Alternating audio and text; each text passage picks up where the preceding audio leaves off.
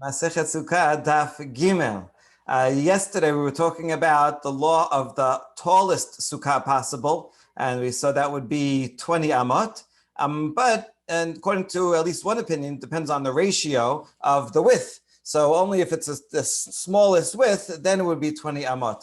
And so we brought in the sukkah of Queen Helena, and we said, well, maybe she had she did have a very tall sukkah, but then there was a problem, but maybe it was probably because she made it into different cubes like this. And we said, wait, that's not a nice sukkah. So maybe it was something more like this one, where you have a big section, but you also have a small section. And I like how they drew it here. So the small section is still modest and closed off, but you could can still be connected with the rest of it. So the visitors, the rabbis, and others would come and sit in the big section, and she would be in the small one.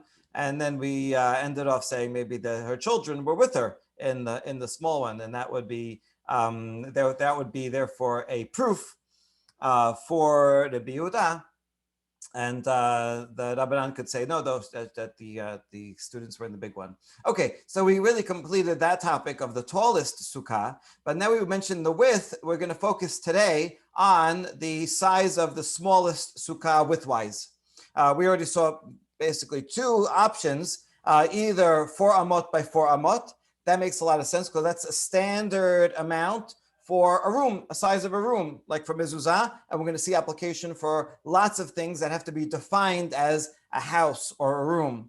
The other option is just by usage, that has to be able to fit most of your body and your table. So those were the two options, and that's what we're going to start off with. Amarav Shmuel bar Yitzchak halacha, sericha sheteh mechazeket, rosho verubo veshulchano. So he says halacha lemaseh.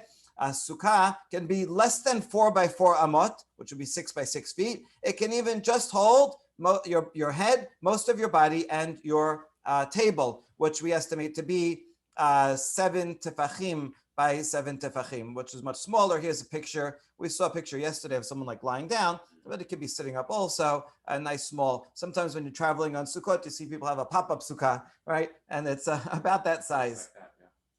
Okay, so that's the smallest. Amar le Rabbi Abba, Keman, Kebet Shammai, Amar le Ela Keman. Says, who are you following halacha like? Like Bet Shammai? And he says, yeah, like who else? In other words, so what? So I'm following Bet Shammai. Yes, indeed. Sometimes we follow Bet Shammai. Now, they're referring actually to a Mishnah in the second perek of Masechet Sukkah, Mishnah Zayin. It happens to be quoted just in a few lines. So let me read it, and then we'll go back. Mishayad Osho v'rubo basukah v'shulchano betoch habayit. Someone who had his head and most of his body in the sukkah, but his table was in the house, not in the sukkah with him. So he's getting food and bringing it in and eating it, but he's grabbing from the table that's outside of the sukkah. Is that permitted or not? Bet Shammai poselim or Bet Hillel machshirin. Bet Shammai says no good. He has to have his table inside the sukkah with him. But Bet Hillel says it's fine. He can have the table outside. Here's a picture of what we're talking about. So it's not clear. Let's imagine this picture, and the table was outside. Would that be okay? So Bet Shammai says no. It has to be inside with him. So right now we're understanding this Mishnah to mean that they are arguing about the minimum size sukkah. That Bet Hillel is even more mekel. He would allow a really tiny sukkah that fit just your body and not even the table, right? Just remove a couple of these panels. That's really small. Bet Shammai says no. You have to have room for your table in there. That would be the minimum size. So now getting back to the Gemara we just read, Shmuel bar Yitzchak, who says that it has to have your table too, that is like Bet Shammai. And he defends himself and says, yes, indeed. So what? So sometimes we follow Bet Shammai. Okay, another version of that conversation, it's almost exactly the same. It says, Ika da amre, amar bi abba, damar lach mani. He tells Rav Shmuel bar Yitzchak, making it more innocently. Who told you that, right? Who are you following? Amar le Bet Shammai velo tazuz mimina. I know what your question is getting after. Am I following Bet Shammai? Yes, I am. And don't move, don't budge from it, right? Don't follow Bet Hillel in this case. There's a few cases where we do follow Bet Shammai, and so this is one of them. Okay, good. So that was the halacha. Now we're going to challenge it. Matkif la Rav Nachman bar Yitzchak. Mimai de Bet Shammai u Bet Hillel besukkah ketana pelige. How do you know that this machloket between Bet Hillel and Bet Shammai in the Mishnah that we just read is talking about the minimum size sukkah? Dilma besukkah gedola pelige uchegon diatev apuma dimtulta v'shulchano betoch habayit. The Bet Shammai sabre gazrenan shema yimashech achar shulchano, uBet Hillel sabre lo gazrenan. Maybe they're talking about not the size of the sukkah, but the usage of it. That it's actually talking about a big sukkah, so it's really like this this picture, right? It could be a giant sukkah, and the question is, are you allowed to have the table outside the sukkah? Bet Shammai says no good. You know why? Because when your food is outside, you're going to end up inching up, and you're going to end up outside the sukkah too, right? People are drawn after the table. Whereas Bet Hillel says, no, you'll be careful and you'll make sure that you take the food and you bring it into the sukkah with your hand and eat it in the sukkah. So it's fine. So this has nothing to do with the size of the sukkah, but rather with the usage of the sukkah, this entire Mishnah. And therefore, the whole Mishnah is not relevant at all for the size of it. So that's his challenge. And not only does he have a theoretical challenge, he's going to even back it up. V'daika nameh, and this is precise in the language of the Mishnah, dekatane. Mi shehaya rosho v'rubo basukah, v'shorana b'toch habayit, v'shem basim bet Hillel machshirin. V'imita, that's the language of the Mishnah. V'imita mechazeket, ve'ena mechazeket miba'ele. The Mishnah talks about mi shehaya, someone who used the sukkah in such a way that he was inside and the table was outside. Now, if it was talking about the size of the sukkah, then it should have used different language. That if you had a sukkah that was mechazeket, that held the size to enough to encompass himself and his table, or was not big enough to hold it. We're going to see a couple of baraitot that use that exact language when you want to talk about the size of the sukkah. So this doesn't talk about size of sukkah. It sounds like it's talking about how you use it. Mishayadosho. So therefore, what this conversation you just had before, oh, you're following Bet Shammai. No, we're not following Bet Shammai. Bet Shammai did not have anything to say about the size of the sukkah, only about the usage. Okay, so that's a serious challenge. We're going to defend it. Or is that true that Bet Hillel and Bet Shammai do not disagree about the size of a sukkah? It's true. Maybe that Mishnah, maybe not. But here's another source. It's two baraitot that we're going to read together. V'hatanya mechazeket rosho v'rubo v'shulchano keshera. You see, this is mechazeket, something that holds himself and his body and his table. That is good, according to Tanakama, whoever that is. Rabbi Omer al shehe ba arba amot al arba amot. Rabbi, that's Rabbi Yehuda Nasi. He says 4 by 4. Okay, so that's baraita number 1. Baraita number 2 is similar. V'tanya idach, Rabbi Omer, kol sukkah she'en ba 400 pesula. If it has less than 4 by 4, it's no good. That's the opinion of Rabbi. That's the same, right? The second baraita quotes Rabbi first. And then Chachamim Omerim, afilu ena mechazekat ela rosho v'rubo keshera ve'ilu shulchano laketan. In the second baraita, the opinion of the Chachamim is that it only has to hold your head and your body and not your table.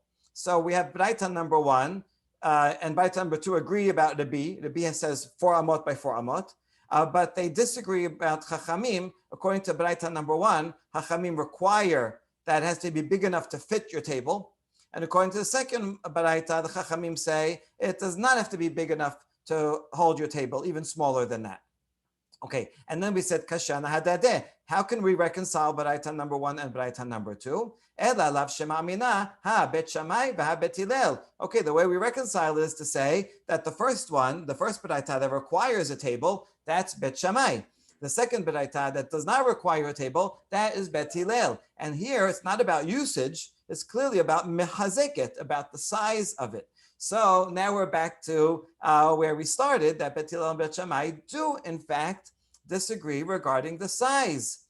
And not only that, we have another proof from the Mishnah. Amar Mor Zutra matnitin name daika medekatane Bet Shammai poslin ubet Hillel machshirin. Bet Shammai, the Mishnah that we were quoting from chapter 2, it says Bet Shammai say it is invalid. It is invalid. And Bet Hillel says it is valid, meaning the Sukkah. If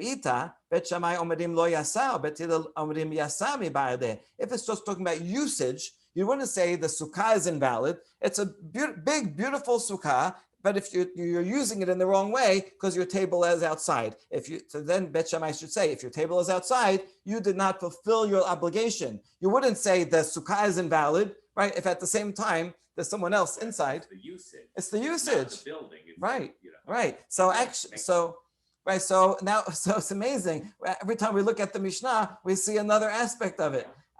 So the Mishnah is really quite confusing.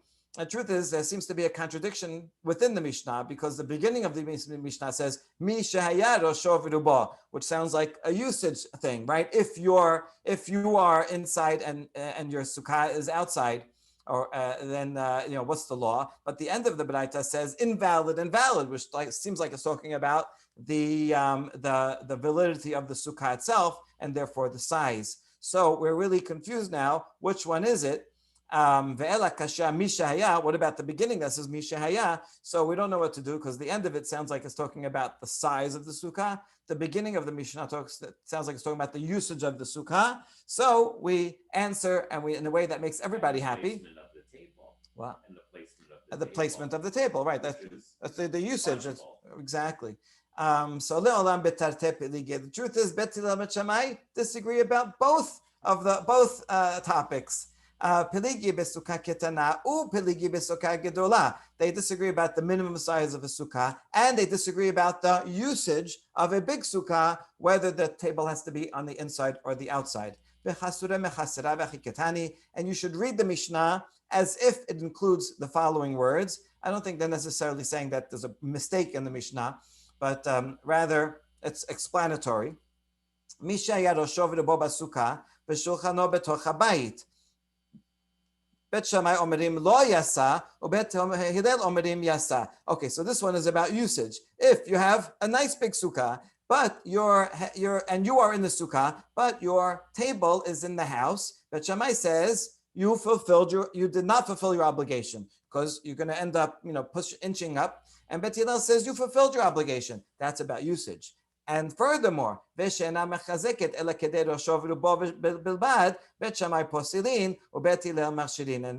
regarding the size, if it's not big enough to hold you and your body, and if it's only big enough to hold you and your body and not your table, that's small, Bet Shammai says it is invalid, that sukkah is invalid, and Bet Hillel says it is valid. So they're actually arguing on both.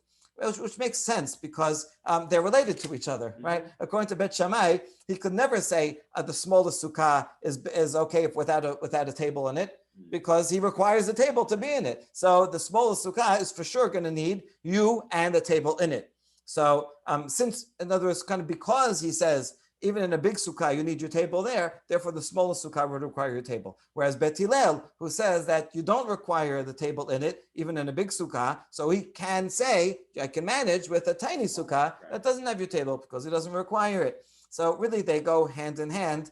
And maybe the original Mishnah meant the smallest size, but because as a consequence of that, right, or the other way around, they go hand in hand. That's why there are baraitot and phrases that sound both this way and that way. Okay, good. So now we know that, in fact, there is a machloket between Bet Hillel and Bet Shammai about the smaller size. And interestingly, we do follow Bet Shammai in this case. Bet Hillel says even smaller, right? But Bet Hillel and Bet Shammai both disagree with Rabbi Yehuda Anasi. Well, Rabbi Yehuda Anasi is later. He disagrees with them. And Rabbi, remember, says 4 by 4 amot by 4 amot. Okay, now we're going to see a very interesting baraita that lists all the halachot throughout the Torah that require something to be a room or a house. And we're going to ask, who is the author? Man tana leha de tanu rabbanan. Who is the author of the following baraita? Here it goes. Bayit she'en bo arba amot al arba amot patur min hamezuzah. If you have a house or a room that is less than 4 by 4 amot, you do not have to put a mezuzah there. That's halakha l'maaseh nowadays. If you have like a big walk-in closet, you have to put a mezuzah if it's more than 6 by 6. But a small closet, you don't have to. Why? Because you only have uchtavtam amizot betecha. You have to put a mezuzah on your house. Something has to find as a house, which is at least a room, a livable room, and the minimum size of that is 4 by 4 amot. You see already where we're getting with this, that the basic definition of a room is 4 by 4. So this makes sense according to the B, who says the sukkah also has to be 4 by 4. Right? A sukkah is supposed to something that you live in, right? You're supposed to live there. However, temporary. Yeah, even if it's a temporary for 7 days, you're still living there. So, okay. Anyway, we're going to see a whole bunch of different halachot. Umina ma'akeh, putting a fence around a roof. If you have a house that is defined as 4 by 4, you have to put a fence around on the roof. But if it's smaller than that, just a small tower or something, then it's not made for living in or for walking on there. So then you are not required to put a fence around that roof. Sara'at, if there's some mold, leprosy on a house, on a wall in the house. So if it's a regular house that's at least 4 by 4, then you have to bring the kohen. He examines it, right? They quarantine. They see if it gets bigger, right? Eventually, they have to take out part of the wall. If that doesn't work, they demolish the house, and everything inside, if you leave it inside, becomes tameh. That's a whole law of nig'eh bayit. All that does not apply if it's smaller than 4 by 4, because it's not a house, right? So you don't have to go through the whole process. Furthermore, it is not called a final sale if it's in a walled city. So remember the halacha, this is end of Vayikra, that if there's a house in a walled city and you're down and out and you sell it, so you have a right to buy it back within 1 year. After 1 year, the sale is final. It does not go back in yovel. This is a contrast to farmland, right? Farmland, you have a right to buy it back. The seller has a right to buy it back anytime, even after a year, and it goes back in the yovel. So the difference between a house and a farm. So what about if you have a tiny little house that's less than 4 by 4? That is considered like land. It's not considered a house. Because it's not livable, right? It's just a little structure that's actually on land, so it doesn't have the law of a house for that reason. Furthermore, ve'en chozrin alav me'orchei hamilchama. There's a halacha. If someone builds a new house and suddenly there's a war and he's called up to the draft to go to war, he comes and says, listen, I finished a new house and I never got a chance to consecrate my house, to do a chinuch habayit and live there. So then he goes home, right? Because the Torah recognizes these great milestones in a person's life. However, if the house that he built is tiny, less than 4 by 4 amot, that's not considered a house. He can't say, I finished my tree house and I have to go home for war. No, that's not considered a house. Ve'en me'arvin bo, ve'en mishtatefin bo. Now, if you have a little hut, a little tiny little house room like this, less than 4 by 4, in a courtyard. Now, the law of a courtyard for carrying on Shabbat is if you want to carry within the courtyard, every single resident of the courtyard has to contribute to the joint meal.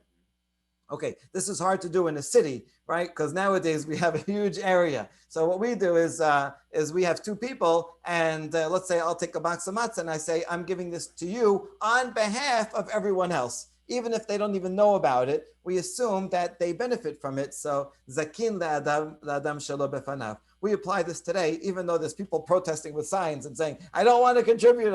We still, still benefits them. So that's how we get around it. But originally, when you're talking about just a little neighborhood, and you have 10 people that have houses in this courtyard, everybody has to contribute if they have a house, right? And that they reside in. However, if you live in a little hut that's less than 4 by 4, you do not have to contribute to the eruv.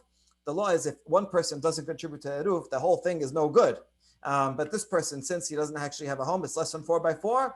They can carry there even if he doesn't contribute. He doesn't have to contribute. It's not considered a home. Okay, that's en me'arvin bo. Mishtatefin bo is applying the same concept to a shituf mevo'ot. If you have many courtyards, all the courtyard, and they all want to carry from one courtyard to the other and through the alleyway that joins them, then they have to take food and put it in one of the courtyards. Now, a courtyard only has to contribute if it has at least one residence in it.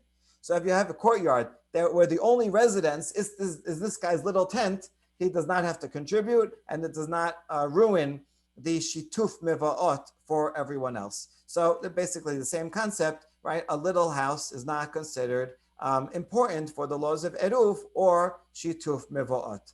And lastly here, and then manichin bo eruv, and we do not put the food in that house. If you have many houses in a courtyard, it's not a house. It goes along with the same concept. That when you have many houses in a courtyard, you share the food and you put it in one of the houses. So you cannot put it in this little house because it's not a house exactly. What doesn't say here is that for shituf mevaot, it doesn't say that you can't put the joint meal in this hut. We're going to see that you can put it in it. Why? Because when you join in courtyards, you have to put the meal in one of the courtyards.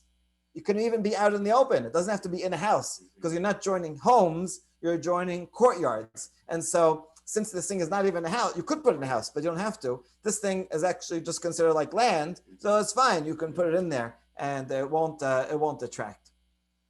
Okay, and almost finished the list of this long baraita. Ben osin oto ibur ben shete ayarot. If you have a city, you're allowed to carry outside the city 2,000 amot. What do you call the edge of the city? Well, you're allowed to add a buffer around the city, which is 70 and 2/3 amot. How do you get that? It's the square root of 5,000, I think, right? And so let's say you have two cities that are near each other. If the cities are close to each other, a 141 and a third amot or less, so then their buffers join up and you can carry from one city to the next. But if it's 141 and a third or bigger, then they're two separate cities, right? Their buffer zones do not meet each other. However, there's an exception. If there is a home in the middle of them, then that home can serve to bridge between the two cities. It's like, if your Wi-Fi is not so good, you have an extender, right? A bridge that picks up on the signal and then relays it over. So that house in the middle can be a relay and connect the two cities. That only works if it's an actual house that's at least 4x4. Less than 4x4, no, that's not a house, right? That's nothing. It's just a tiny tent. Okay, and finally, if you have a house, a room that's less than 4x4 amot, then it cannot be split between people who share it, right? Let's say you joined in and you bought this little tree house together that's less than 4x4, two brothers who inherited it, or two partners that bought it together. And generally, if you're in a partnership, either partner is allowed to say, listen, I want to divide. Right? And then, okay, you have to, figure out how to divide it. You sell it, you split the money, you do whatever you need to do. However, that applies to a regular house. But if it's less than 4x4, there's no way to divide it. It's too small to divide. And so the other party can say, sorry, we can't divide it. And so it will not, they do not divide it. It stays as shared property because there's no point of using it if it's any smaller than that. Okay, that's the whole baraita. What you see here is that for all of it doesn't mention sukkah, but it does say that for all of these various laws that require residence or a home, it has to be 4x4. So whose opinion is all this? It seems that Rabbi would be the author who says sukkah is also 4x4, and not Rabbanan. Rabbanan say less than 4x4. They say 7x7 tefachim, enough to hold your body and your table or not your table. So that seems like it follows the B. But we don't want the Braita to follow only the B, a minority opinion, and not everybody else. So we say, we answer, Afilu tema Rabbanan. You know what? I can even reconcile the Braita that we just read with Rabbanan, who say a sukkah can be smaller. And here's how they would reason. Ad kan la ka'amre Rabbanan hatam ela le'inyan sukkah didirat araihi. אבל לגבי בית דדירת קבע הוא אפילו רבנן מודו דאית ב4 אמות על 4 אמות דירה באינשה ואילה לה דירה באינשה. So even the rabbis would say that we only think that it's a small amount, 7 by 7, enough to fit your body and your table over there regarding Sukkah, because Sukkah is defined as a temporary dwelling. So a temporary dwelling, when you go out in a tent, you don't say, oh, I have to have a big tent. Even a small tent is called a temporary dwelling.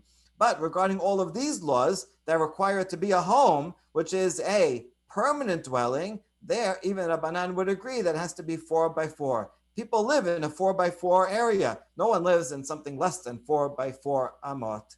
Okay, so this is super interesting because you see how this depends on what we learned yesterday. The third opinion of Rava yesterday was that it can't be higher than 20 amot because that would be dirat keva. To make something so tall, you're going to have to make sturdy walls and you have to build it in a permanent way. Also looks like a palace. And so the definition of dirat keva, of dirat arai, is the other opinions say dirat arai just means that you're living there for a short time, for 7 days, but it's nothing to do with the structure. Rava gave us this beautiful chidush that conceptually the structure has to look like a temporary dwelling.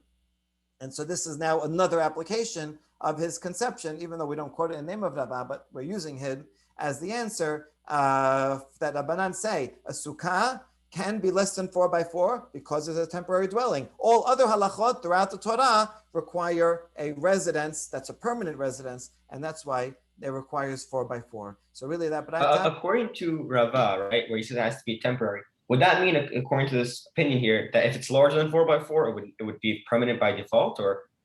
No, because you could still be temporary and be more than 4 by 4, but it's just that it can be less and still be called a residence, right? Similar to the way, it doesn't have to be made out of steel walls, but it can be. He doesn't mind. So it applies only to some aspects of the building process.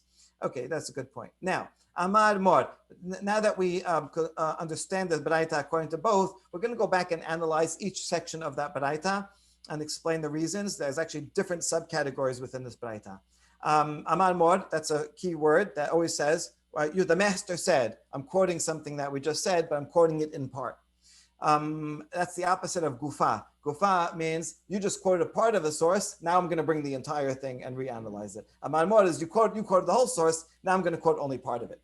Okay, so here's part of it. Patur mina mezuzah mina ma'akeh ben metameh ben negaim ve'eno nechelat bebate arei choma ben chozrin alav me'orchei ha'milchama. So it has to be 4 by 4 in order to require mezuzah and a fence and to become tameh with mold and to be resold after a year, and regarding if someone coming back for more, if he just built it. For all those halachot, has to be at least 4 by 4. My tama, what's the source? Look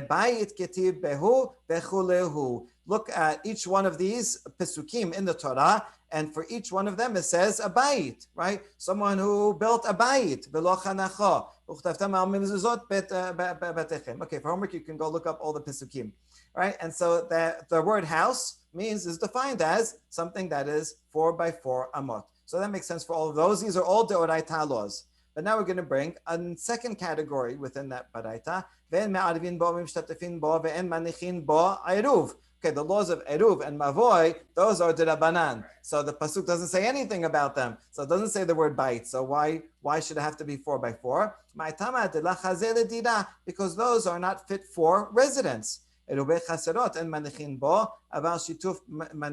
on. So not fit for residence. And the whole law of eruv chaserot and shituf mevo'ot is all about, since you reside there, you have to contribute.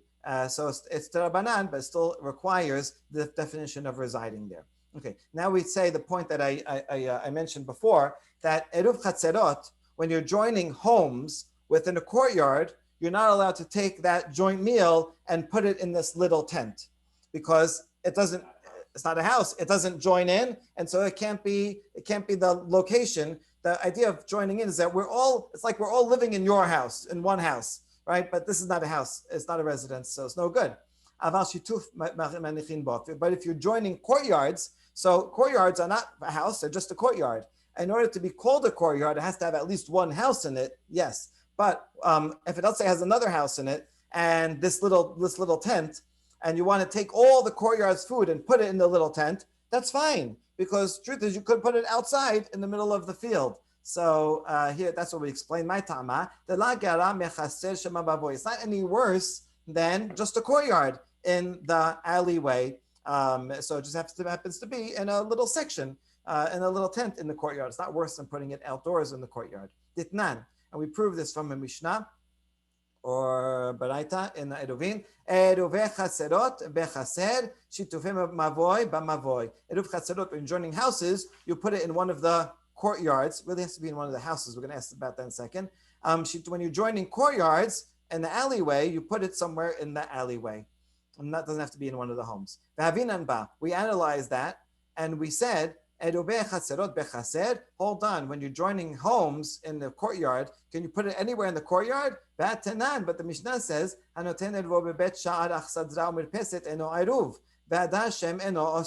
if someone is joining courtyards and you put it in a gatehouse or portico, these are all structures that one does not live in. Right, a portico, maybe you park your car under it, but right, you don't actually live there. It's just or balcony. You go there, but you don't live it, so you can't put the eruv there. And someone who lives there does not have to join up either, because he's not, even if he happens to be a strange person and he sleeps on a balcony or in a portico or an open area that just is only roofed but has no walls, right? That's not considered a place where people normally live, and so therefore has nothing to do with the eruv. So what we see from here is that you cannot put the eruv in an open area. So ela ema eruv chaserot babayit she bachaser v'shituf mevoot bechaser she b'mavoy. So we're going to reread the Braita before, and it says when you're joining homes in a courtyard, you have to put it in one of the houses in the courtyard and not just out in the field. Whereas when you're joining together many courtyards, you can put it in any of the courtyards of the alleyway, even outdoors. And vehai, this little structure that's less than 4x4, la gara mechaser shemavoy, is not any worse than putting it out in the courtyard. So that we conclude, yes, indeed, you can put the shituf mevoot in a little structure. And lastly, ve'en osin oto ibur ben shete ayarot. You cannot make use a small structure, less than 4x4, to join together two cities and be able to carry from one to the other as a bridge between them. You know what? It's even worse than a burganin. A burganin is a small watchtower. This one in this picture, it actually looks quite big, right? But imagine one that would be smaller. Let's see what pictures we have. No. Okay, but imagine one that would be just like a small watchtower. That could work. Where are we? Here, right? And it's even worse than the burganin. My tama, why is it worse than a watchtower? Burganin chazul miltayu, because a watchtower, at least it's useful for what it's made for. It's made as a watchtower, and so even if it's small, it's still used as a watchtower, so it fulfills its usage. Whereas when you make a little house that's less than 4x4, you mean it to be a residence, but it's not useful as a residence because it's smaller than is possible to use, and therefore it does not count. A burganin, a watchtower, can bridge between two cities, but not a small house. Good. And the last item is tama delet be'arba amot. When you have a shared property and it's less than 4x4, so you can't split it. One partner cannot force the other to split it because it's less than 4x4. So we can derive from this, if it does have 4x4 or more, then you can force the other to split it. Is that true? This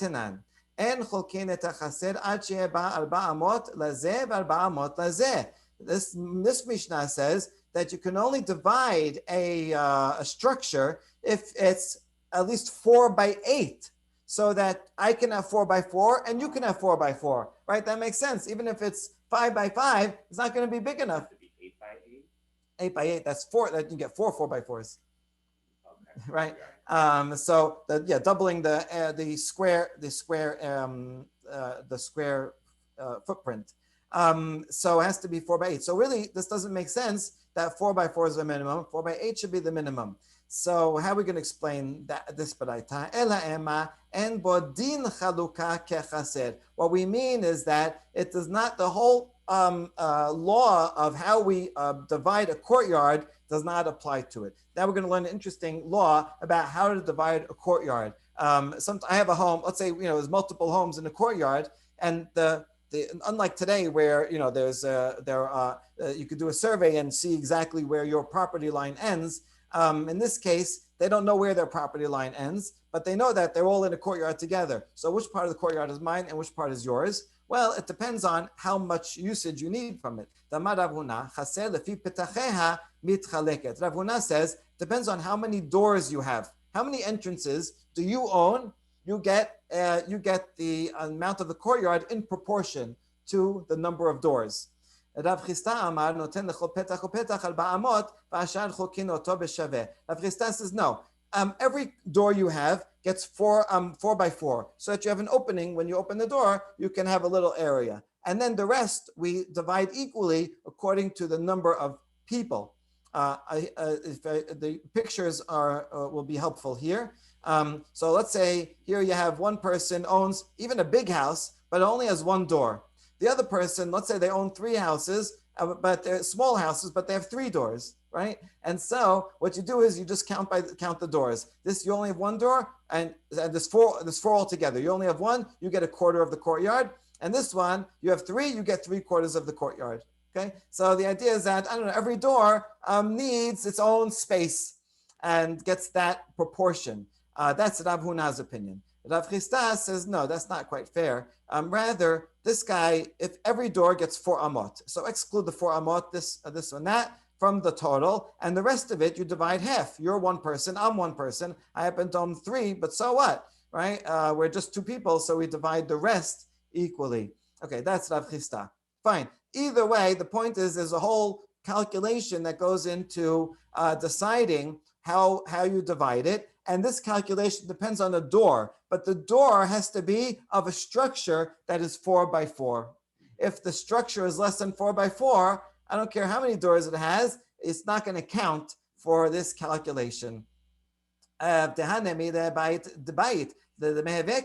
All this calculation only applies to a house that is going to endure, a permanent house. So that house needs some access to the courtyard. So depending on how you calculate it, for amot or a proportion of the courtyard. But this little shack that's less than 4 by 4, which what good is it? It's only good to be leveled, right? It's not a permanent structure. Therefore, it does not deserve any part of the courtyard on its own, and so that explains the end of the baraita. So this was very interesting piece. To summarize, we learned about the smallest widthwise sukkah, which halacha l'maaseh is going to be your body and a table, has to include a table. But while we were on that topic, we talked about the size of a home and a residence for lots of other halachot. And according to the B, it could be the same thing because they're all 4 by 4. According to Rabbanan, we use that definition of Rava, that is a temporary structure. The sukkah is a temporary structure, so that could be different from the standard definition all around. I think what you see here is that even though the Gemara is looking at really technicalities, wait, how come Mecca 20 amot? But through the technicalities, we come to a definition of conceptually, what is the sukkah all about? Is it a place that requires shade, like we saw before? Is it a reminder that you have to know you're in tzchach and remember the past? It is a temporary structure. So these seemingly minor details actually encode within them fundamental ideas about the very concept of what a sukkah is all about. Baruch Adonai L'olam, amen v'amen.